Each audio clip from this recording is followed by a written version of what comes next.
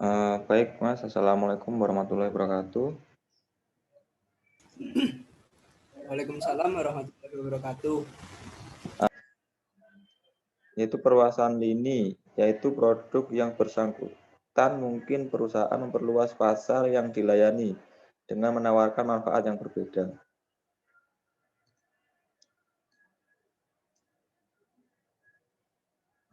Yang selanjutnya yaitu penyempurnaan produk yang telah ada atau improvement to existing produk, yaitu produk-produk yang biasanya dirancang untuk menggantikan penawaran produk yang sudah ada, atau maksudnya repositioning, yaitu pengembangan teknis yang memungkinkan suatu produk menawarkan aplikasi baru dan melayani kebutuhan yang baru.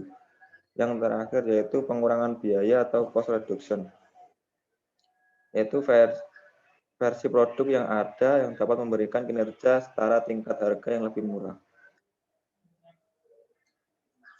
Tujuan pengembangan produk menurut Bukhari Aima tahun 2000. Tujuan pengembangan produk yaitu yang pertama memenuhi keinginan konsumen yang belum puas. Yang kedua untuk menambah omset penjualan.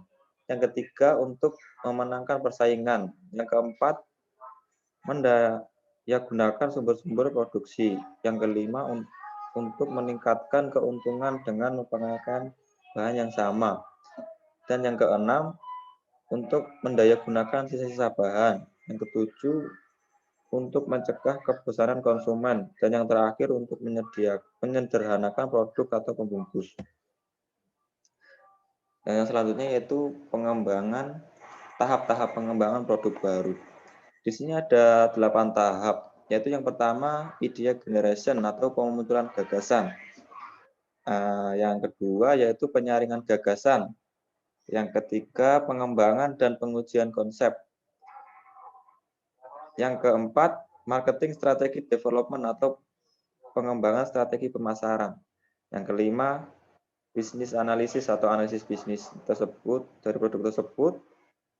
Yang keenam, produk development atau pengembangan produk.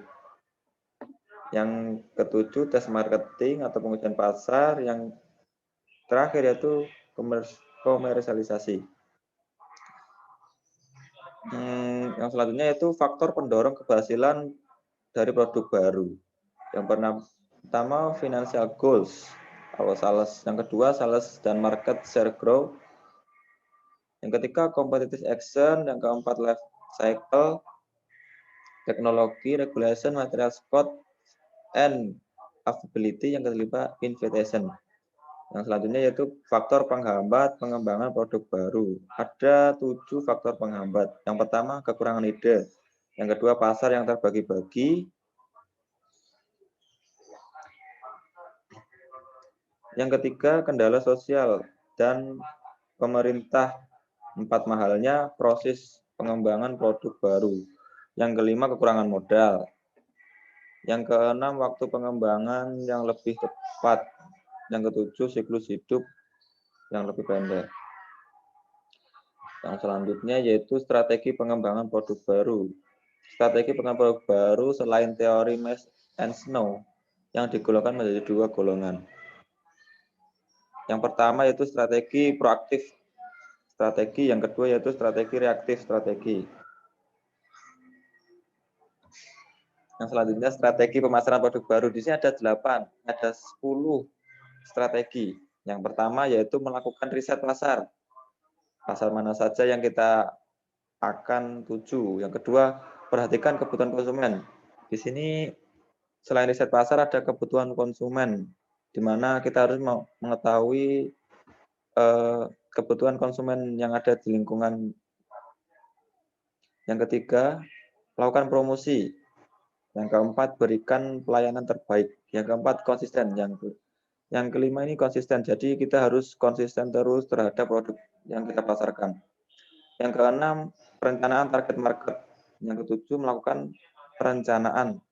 Yang 8, buat merek atau brand. Ya, ini sangat penting sekali untuk yang 8 ini. Jadi untuk membuat penguatan dari produk baru kita harus ada brand di sini untuk menjadikan identitas dari produk kita.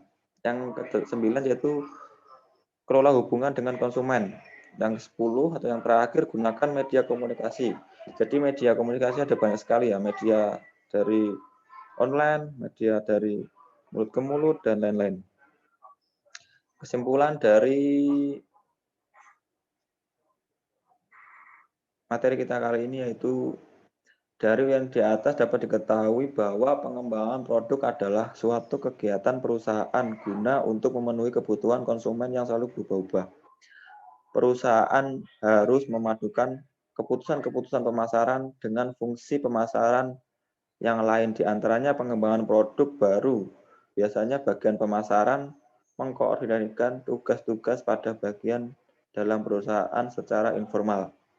Hal ini menyebabkan semakin pentingnya strategi pengembangan produk bagi pemasaran dan suatu perusahaan. Mungkin kelas KKN kali ini sampai di sini saja. Kurang lebihnya mohon maaf. Wassalamualaikum warahmatullahi wabarakatuh. Waalaikumsalam warahmatullahi wabarakatuh.